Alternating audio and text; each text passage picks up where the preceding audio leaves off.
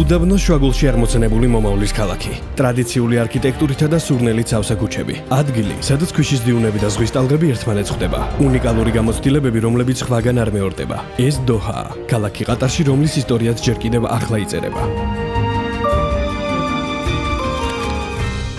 და მგონი პირველი შემთხვევა, როდესაც ღამე ჩამოვედით. ესეც აეროპორტის რაღაც ნაწილი, ესეც ჩვენი ჯგუფი უკან, ველოდებით ახლა ტაქსებს. სამწუხაროდ იმ მთავარ ნაწილში გავლა არ მოგვიწია, მაგრამ მე რა, კადრები შემიძლია ჩავსვა და მაინც გითხრათ, რომ ერთ-ერთი საუკეთესო აეროპორტია ეს მსოფლიოში. და მისი გახსნის დღიდან ის მუდმივად ახერხებს მსოფლიოს საუკეთესო აეროპორტების სიაში მოხვედრას. ჰამადის საერთაშორისო აეროპორტში არქიტექტურული სილამაზით და სისუფთავის გარდა ნახავთ ისეთ საინტერესო ხელოვნების ინსტალაციასაც, როგორც მრავლადაა დოჰაში. ახლა კი ჩავსხდებით ტაქსებში, მივალ სასტუმროში და ვნახოთ რა დაგხვდება. პირველი, ეს არის სკანერი, რომლითაც ბარგს გიმოწმებენ, იმისთვის რომ რამე კანონს აწინააღმდეგო არ მოხდეს სასტუმროში. მეორე, ეს არის ნომერი, რომელშიც შესვლისთანავეც მივხვდი, რომ ჩვეულებრივ სუფთა ოთახში ვიყავი, რომელსაც მაღალი ჭერი, დიდი ტელევიზორი და ნორმალურად კარგი აბაზანა ჰქონდა. რაც შეეხება ტრადიციას, ლოგინ ტესტის დრო მოვიდა.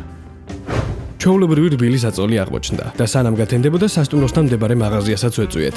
აი, ამის გარეშე ვერ დავტენით ვერაფერს. ყიდულობთ მთელი ჯგუფისთვის ადაპტერებს, რომ კონდეს ელექტრონიკია ტელეფონებში და სხვადასხვა მოწყობილობებში. რაც შეეხება დოჰას მაღაზიებს, მაგარი მაღაზიები ხარ, რა ვიცი. თან ახლა შეხედავ, ცნობილი ბრენდებიც არის, ობლერონი კიტკეტი, MMDMC. შეხედავ, პური არის, წყალი არის, შამპუნი რამე არის, გადმოხვალ სასმელებში და რა არის? არა, არ არის ალკოჰოლი. ვერ იყიდით ვერსად. და არის ესეთი უალკოჰოლო ლუდები. აი ხა ჩემს უკარო ჩანს, აი ესეთები რა. იქიდან გამომდინარე, რომ ყატარი მუსლიმური ქვეყანაა, ალკოჰოლის ყიდვა მხოლოდ სპეციალური ლიცენზიის მქონე მაღალი კლასის სასტუმროების ბარებშია შესაძლებელი. ქვეყანა ამით თავის ტრადიციებს და სიმშვიდეს უფრთხილდება, რაც მოგზაურობისას სულ სხვა სპეციფიკას ქმნის. მაღაზიაში სტუმრობის შემდეგ ჩვენი ტურის პირველი დღეც გათენდა. და მოვედით Doha Sands Beach Club-ში. ანუ Beach Club-ში, რომელიც ჩვენთვის უფასოა. იმიტომ რომ ეს ტური დაგვიგებმა რა თქმა უნდა Travel Fame და Travel Fame ისეთი სასტუმრო შეგვირჩია, რომლის დამსვენებლებისთვისაც აქაურობა არის უფასო. და მოდით ნახოთ ახლა რა ხდება Doha-ს სანაპიროებზე.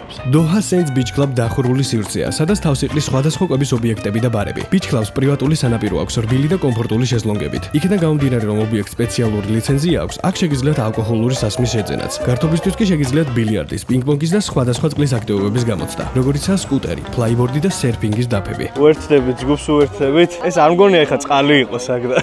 ეგრევე შევარდეთო რა და. არც ვიცი რანაირი წყალია, მაგრამ რაში მაინტერესებს ეგრევე შევარდეთ. წავიდეთ.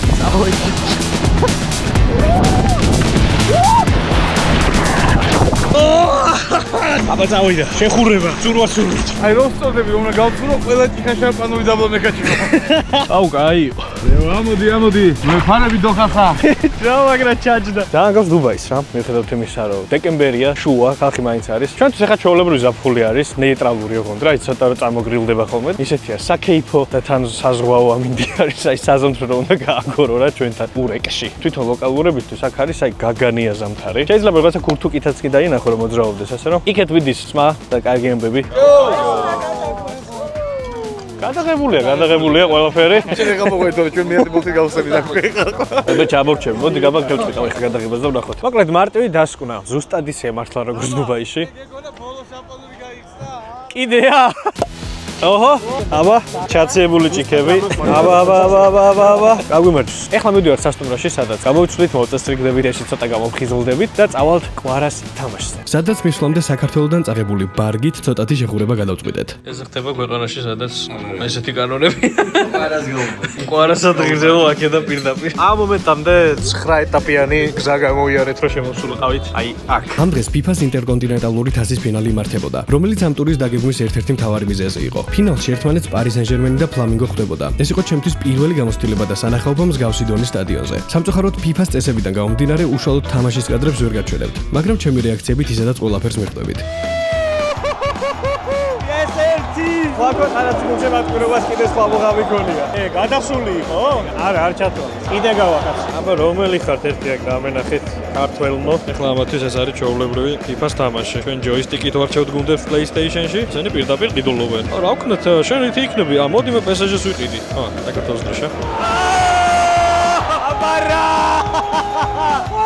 ხელია ვიღაცა მანქანა მოიგო გილოცავ ვარცი ვინახა პირველ ტაიმი დამთავრდა ვიგებთ რა ნუ არა ჩვენია და ჩვენ ვიგებთ შესაბამისად აი ესე შევეცდები რომ ისე უბრალოდ მიმოვიხედო და დაგანახოთ რა მაგარია ქაურობა რა მაგარია სტადიონს უზარმაზარი სარბენებელი კი რო არა შემორტყმული და სკამი რო ისეთი არის რომ შეგიძლია იჯდე და ვიღაცა რო გაივლის შეგიძლია ისე ვიჯდე რომ არ გამოძრავდე და უბრალოდ აი ეს რაღაცა ესე არ მოგიწიოს აი ნახოთ რა ხდება მეორე ტაიმში პენალი გვაქვს რა აი რეაქციას მიხვდებით გავათო არა მარა ერთი-ერთია რა ერთი-ერთი ხაი არაფერი. მე რაღაც პრი მომეწონა იგი იმიტომ რომ ცოტა თამაში გამოიწევა უფრო. საერთოდ პენლებადაც რომ მივიდეს, აი საყურებელი, აი. და ყველაფერი მართლაც პენლებმა გადაწყვიტა. რის შემდეგაც კვარამ 2025 წელს მე-6 საჩემპიონო თასიც მიიმატა. ხოდა საბოლოო ჯამში შეიძლება ითქვას რომ კარგი დაფინანსებებით მოვდივარ მე პირადად. სავარაუდოდ სხვებიც, იმიტომ რომ სტადიონზე ისეთ ვიყავი როგორც ჯერ არადროს არ ყოფილვარ, ატმოსფერო ისეთი შევიგრძენი როგორც ჯერ არადროს არ შემიგრძნია, კვარას თამაშიც ნახე, ფინალსაც დავესწარი, ხოდა ყველაფერი მოკლედ იყო.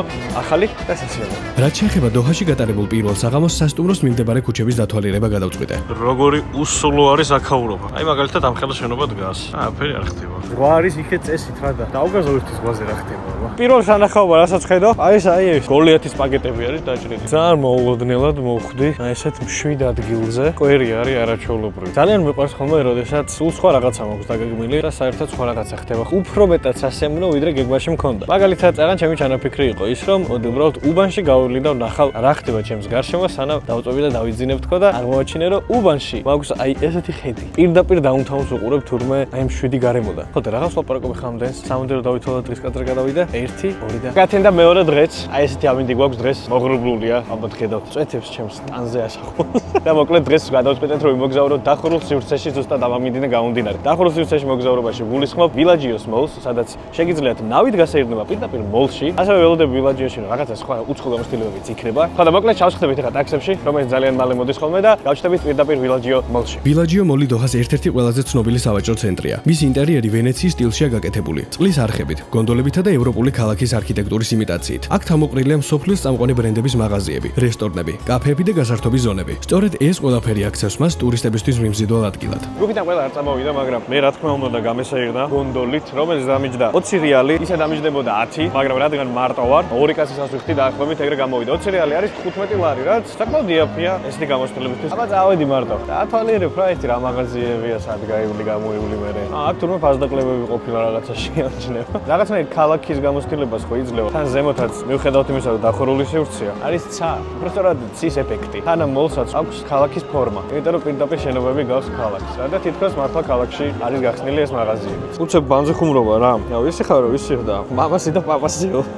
პირველად გავიქეს მაღაზია. ვამთავრებს მოკლედ ვერ ვიტყვი რომ ეს ისეთი რაღაცა რაც აუცილებლად უნდა გამოცადოთ მერთო ჩემო თქო, მაგრამ გასართობია რა, აი დოჰაში რო ხარ, მაინც და მაინც გადასარევი აქტივობები აქ არ არის და ესეთი რაღაცების თუ არ გააკეთე რავი. აუ არა და ამ მაღაზიაში მინდოდა შესვლა და დაჯავშნილი ყოფილა ვერ შევედი რა. მოკლედ 5 წუთია რაც დავდივარ და აღმოაჩინე რომ ჩვეულებრივი ჭერიც ყოფილა, არ ყოფილა მაინც და მაინც ცა ყველგან. აქ რო შეხვიდე ზარაში, H&M-ში, ან თუნდაც მინისოში, რაღაც ისეთი ფასები არ არის რომ ვაიმე იაფიან, ვაიმე ძვირია. მოვედი food court-ზე, რომელიც არის უზარმაზარი და პირდაპირ შეგიძლია დაჯდე და ჭამო ისეთ ადგილზე, საიდანაც უყურებ ყინულის მოედანს. ერთი სახელით პატარა ადგილია, მაგრამ ძალიან ბევრი ატრაქციონია. ეშმაკის ბორბალი, ვარდნა, ხენები რო ტრიალებს. ამერიკული მთებიც კი არის სხვათა შორის და აი ესეც კიდე წყალზე რო ეშვები. აუ ძალიან ბევრი რაღაცა არის. ძალიან მომეწონა ეხა ეს ამერიკული მთები დასაჯდომად, მაგრამ არ შეიძლება გადაღებაო. რაღაც მომენტში კი უთხარი მეთქი.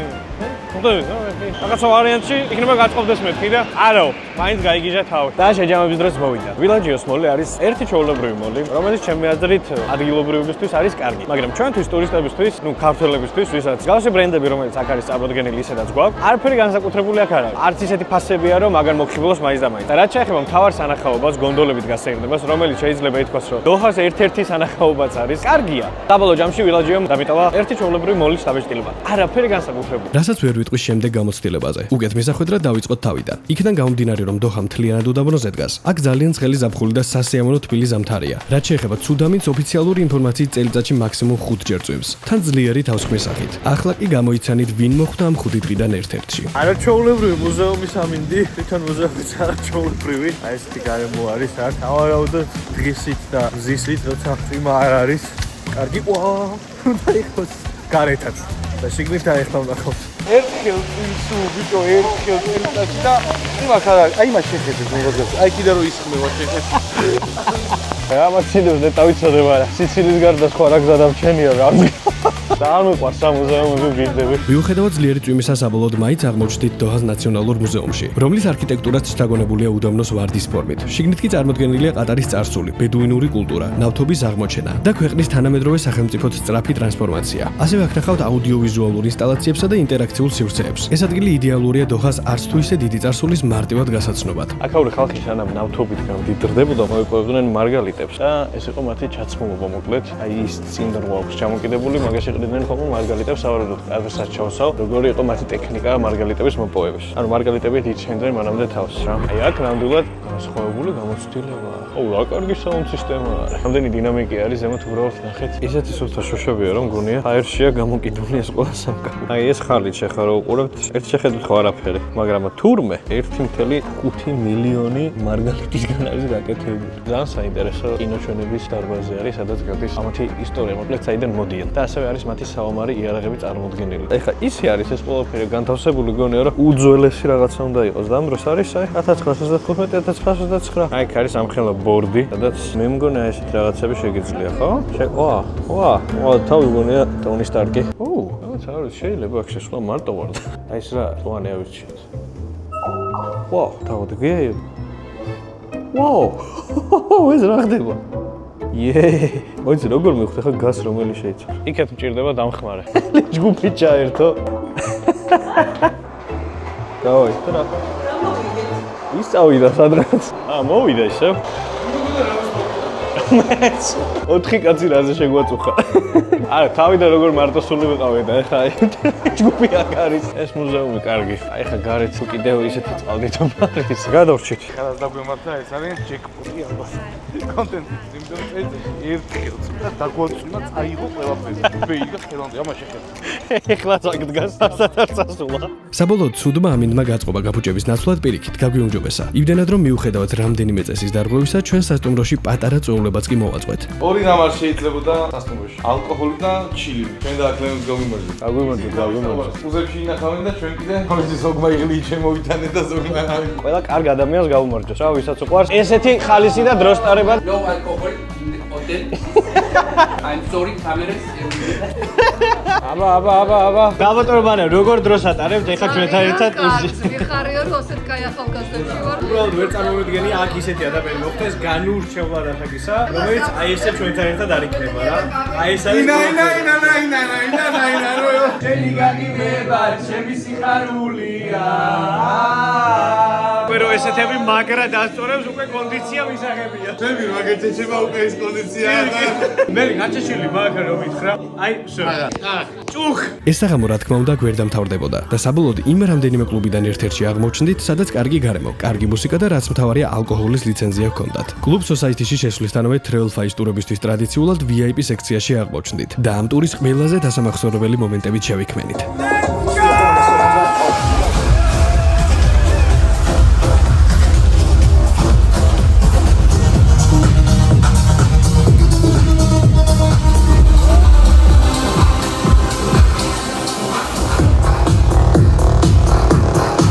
საბოლოოდ კლუბ Society-ში ყველა მისეთი ღამე გავატარეთ, როგორცაც დოჰაში ვერავინ ვერ წარმოვიდგენდით. ისევე როგორც ტალახიან უდაბნოს ტურს მომდევნო დილას, რომელიც გასული ღამის წვიმამ გამოიწვია და ჯერ კიდევ არასრულად ღვიძლ მდგომარეობაში საფარის ტურის პირველი აქტივობის, ბაგების დროც მოვიდა.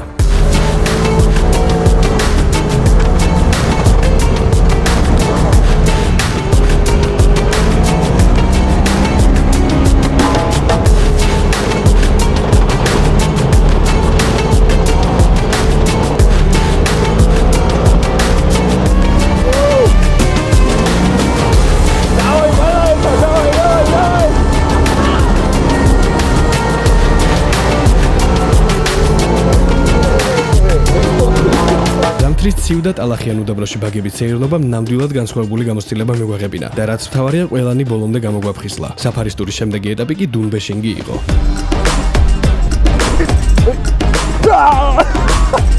გონი უკაჯდომა იყო კარგი ჩეზები ვეზილე ეგრევე აბდულად მო არ გინდა გიქე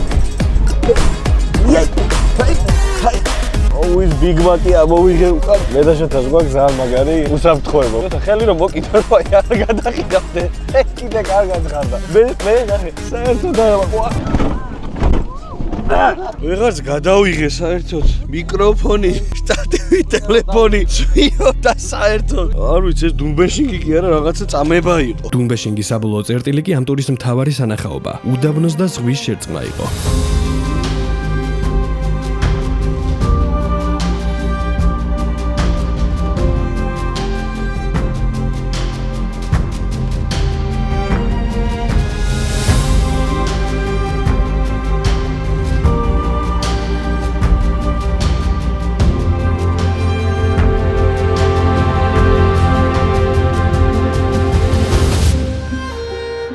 მოკლედ რაც მოვასწარი ეს იყო დრონის კადრები და ეხლა ვრუნდებით ისევ დუმბეშინგით უკან. დრონის კადრების მოწრება იდეაში პატარა საქმე არ არის. არც იმ 7458 ფოტოსი რომელიც აქ ჩვენმა ჯგუფმა გადაიღო. საფარის ტურის ბოლოს საწყის წერტილთან დუმბეშინგით შედარებით მშვიდად დავბრუნდით. რის შემდეგაც ქალაქში ცნობილ არაბულ რესტორან დოკიას ვეწვიეთ, რომელიც მისი უნიკალური გარემოთი სტუმრებს გემრიელი კერძების გარდა ულამაზეს სანახაობასაც თავაზობს. უდაბნოს ტურის შემდეგ კარგად მოშიებულებმა კი მე და მელიქამ პატარა ჩელენჯიც მოვაწყვეთ და დოკიას პერსონალის თქმით 4 კაცის პორცია გემი შევუკვეთეთ. რა ხელა რაღაცა. ოი.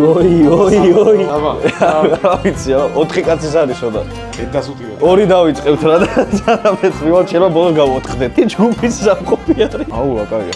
როგორ გეტყობა რომ უდაბნოდან მოვდივართ. არ აქვს ქართველი კაცის საზომით გაზომილი ეს პორცია. 4 სადაურე კაცის არის. აი, კითხვა უნდა დამესვა. თორე 2 ქართველისთვის შვენიერი. კი. აი, ეს არის 5 წუთის ამბავი. 1-5 წუთის და ალბათ აღარაფერი არ იქნება. მოკლედ მე და მელიქა ახლა დავამთავრებთ ამას. იმედი ეჭერავის გეპარება. სხვა ვიდეოებიდან გამომდინარე მინიმუმ. და რა ვქნათ გავცეთ რეკომენდაცია Travelfly. აუცილებლად. პირველ რიგში გარემოზე მე კიდე ამას. ნებარა. მოკლედ Tokyo არის Travelfly-ის რეკომენდაცია აუცილებლად. რა დადგა გათამაშების დროც. როგორც იცით, ვათამაშებთ 12 საგზურს ევროპის მიმართულებით, საიდანაც პირველი საგზური უკვე გათამაშებულია, ახლა კი დროა გამოვავლინოთ მეორე გამარჯვებული, ანუ ადამიანი, ვინც გახდება ასევე ორკაციანი საგზურის მფლობელი ევროპაში. წესები ძალიან მარტივი იყო, თქვენ უნდა დაგეწერათ 3 სწორი პასუხი 3 კითხვაზე იაპონიაში მოგზაურობის ვიდეოზე კომენტარის სახით.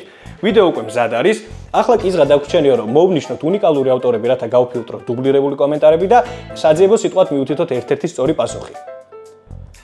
და გამარჯვებული გახდა. ჯერ შევამოწმოთ სწორი პასუხი თუ იქნება 2500 ადამიანი, $20. მაჩას ნაყინი. რაკვიაშვილი, თუ სწორად ვკითხულობ, გილოცავ, შენ გახდი გამარჯვებული და მოიგე ორკაციანი საგზური ევროპის მიმართულებით. შენ გაქვს 2 კვირა იმისთვის, რომ მოგწერო ოფიციალურ Facebook ან Instagram გვერდზე, წინააღმდეგ შემთხვევაში შენი პრიზი გაუქმდება.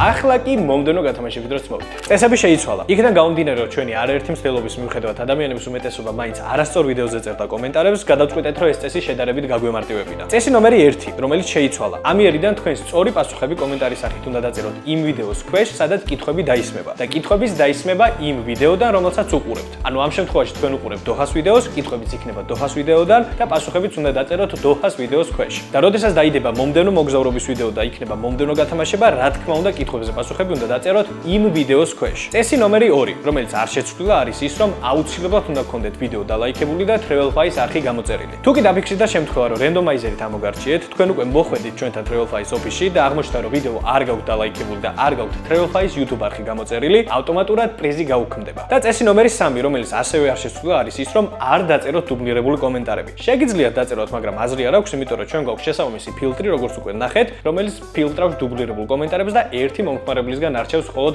ერთ კომენტარს. ახლა კი მესამე გათამაშების კითხვების დროს მოვიდა. კითხვა ნომერი 1. რა ტრადიციული ტესტი ჩავატარეს სასტუმროს ნომერში შესვლისთანავე? კითხვა ნომერი 2. რომელი გუნდები ხვდებოდა ერთმანეთს FIFA-ს ინტერკონტინენტალური თასის ფინალში? და კითხვა ნომერი 3. რომელი ქვეყნის არქიტექტურას ადარებენ მინა დისტრიქტს? გისურვებთ წარმატებებს. აი ეს ამბავი მოკლედ რაც რესტორანში მოხდა, აშკარად გვჭირდებოდა. იმიტომ რომ ენერგია მოგვემატა და გამოვიხსენებთ აქვე რესტორნის გვერდზე ქუჩაზე, რომელიც არის ულამაზესი შეიძლება ითქვას. ჯერჯერობით რაც დოჰაში ვართ, ყველაზე მეტად ეს ქუჩა მომეწონა. სუკ ვაკიფი დოჰას ისტორიული ბაზარი და ქალაქის ერთ-ერთი ყველაზე ავთენტური სივრცეა. ეს ადგილი თავდაპირველად მე-19 საუკუნეში ჩამოყალიბდა და დღემდე ინარჩუნებს ტრადიციულ არაბულ არქიტექტურას, ვიწრო ქუჩებსა და ძველ ქალაქურ ატმოსფეროს. აქ შეხვდებით ხელნაკეთ ნივთებს, სუვენირებს, სანელებლებს, ადგილობრივ ტანსაცმელსა და ტრადიციულ არაბულ პროდუქტებს. ბაზარი სავსე შემოსია პატარა კაფეებითა და რესტორნებით, სადაც შეგიძლიათ დააგებინოთ როგორც ადგილობრივი, ისე სხვადასხვა ქვეყნის სამზარეულო. სუქაქიფი განსაკუთრებით ცოცხლდება საღამოს საათებში, როცა განათებები ირთვება და უფრო მეტი ადამიანი სტუმრობს ბაზარს. ეს არის ადგილი, სადაც დოჰას ისტორია, კულტურა და თანამედროვე ცხოვრება ნამდვილ არაბულ ატმოსფეროს ქმნის. ყველაზე მეტად ეს ქუჩა მომეწონა. შეიძლება მოგაგონოთ ერთი ქუჩა თბილისიდან, მაგრამ იმ ქუჩაზე არის ამხელა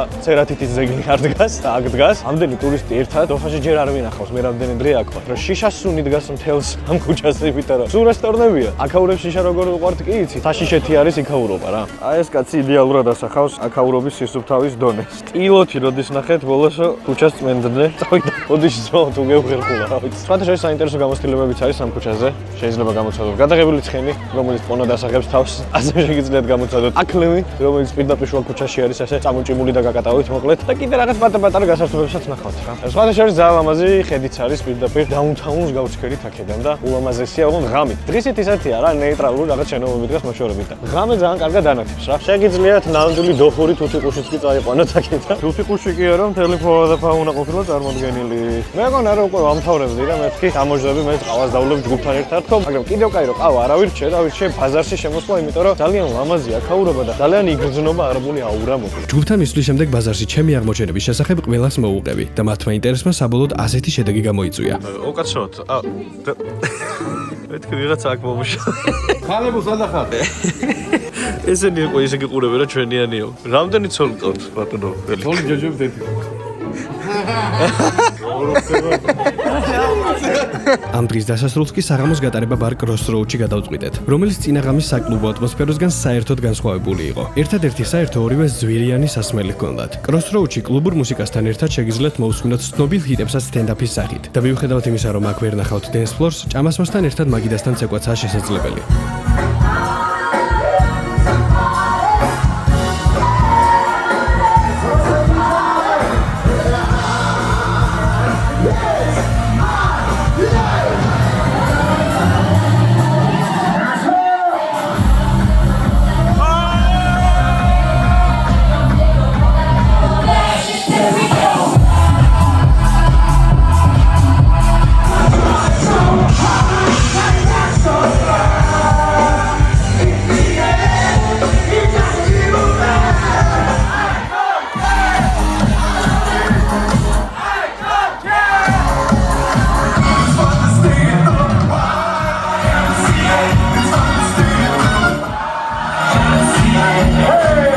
საბოლოო ჯამში ასეთმა გარემომ ბევრად უფრო მხიარული დრო გვატარებინა და ღამის მიწურულს კროსროუდში უკვე ტრადიციად ქცეული სიმღერაც გაჟღერდა.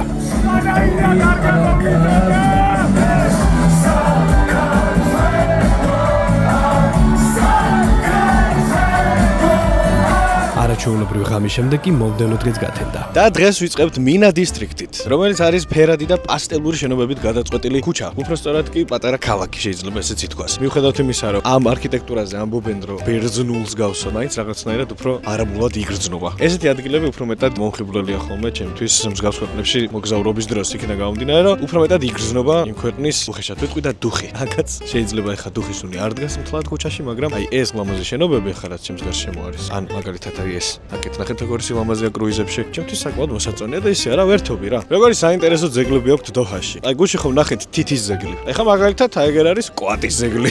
მაგარის ნახაობებია. კვატის არა, კვატის კამერის ძეგლი არის. სხვათა შორის არ ველოდებოდი და მოულოდნელად მოსაწონი გახდა ეს ადგილი ჩემთვის. და რატო? ძირთად რაც დოჰაში ვარ, რასაც ვამჩნევ, ყველაფერი არის ხოლმე ბუტაფორიები. რაღაცნაირი უსულო ქალაქის თავისუფლება დამიტოვა თავიდან, იმიტომ რომ ყველაფერი თითქმის ყალბი იყო გარშემო, შენობებიანად. და აქაც რომ მოვდიოდი, იქიდან გამომდინარე თან, რომ მსგავსი ადგილები ძირითადად ცარიელია ხოლმე. მეგონა რომ აქაც სიცარიელე დამხდება, მაგრამ მთლიან ტერიტორიაზე, აი ამ ულამაზეს ტერიტორიაზე, რა შენობებსაც ხედავთ, ყველაფერი სავსეა. რესტორნებით, სავაჭრო ობიექტებით, სუვენირების მაღაზიებით. ყოველ ფეხის ნაბიჯზე რაღაც ისეთი მხდება, რასაც არ ველოდები ხოლმე. აი ახლა მაგალითად აი ეს მანქანები, ძველებურები, მაგრად არ ველოდებოდი ამ ყველაფერს რა. არა, მე უკვე დოჰაში აღარა ვარ. მე სადღაც ყუბაზე ვარ, მე ესეთი ფოტოპოინტები, მე ესეთი ფერადი შენობები. სასწაული გარემო. მოა რა. ოჩახ დოხა, ოჩახ. არ ველოდი. და თუ კი თქვენ საპირებთ მოგზაურობას და გსურთ რომ ყველაფერი თავად დაგეგმოთ, Travel5G გახდება თქვენი პერსონალური ტურისტული აგენტი ციფრულ სამყაროში. პორტალის საშუალებას გაძლევთ შეარჩიოთ სასურველი ავიაბილეთები, დაჯავშნოთ საუკეთესო სასტუმროები, უზრუნველყოთ კომფორტული ტრანსპორტირება და შეიძინოთ სხვადასხვა აქტივობისა თუ სანახაობის ბილეთები. Travel5G-ზე თქვენ სწრაფად და მარტივად იღებთ ყველა საჭირო ტურისტულ მომსახურებას ერთ სივრცეში. მინა დისტრიქტის შემდეგ დოჰაში გემრიელი კვების ობიექტის ძიება დავიწყეთ და ისევე როგორც გასულ დღეებში ამჯერადაც მოვლენები სხვანაირად განვითარდა. მე ვფიქრობ, რომ ამ ვიდეოს უნდა ერქვას რაღაც ისეთი სახელი, რომლის შინაარსიც იქნება, რაღაც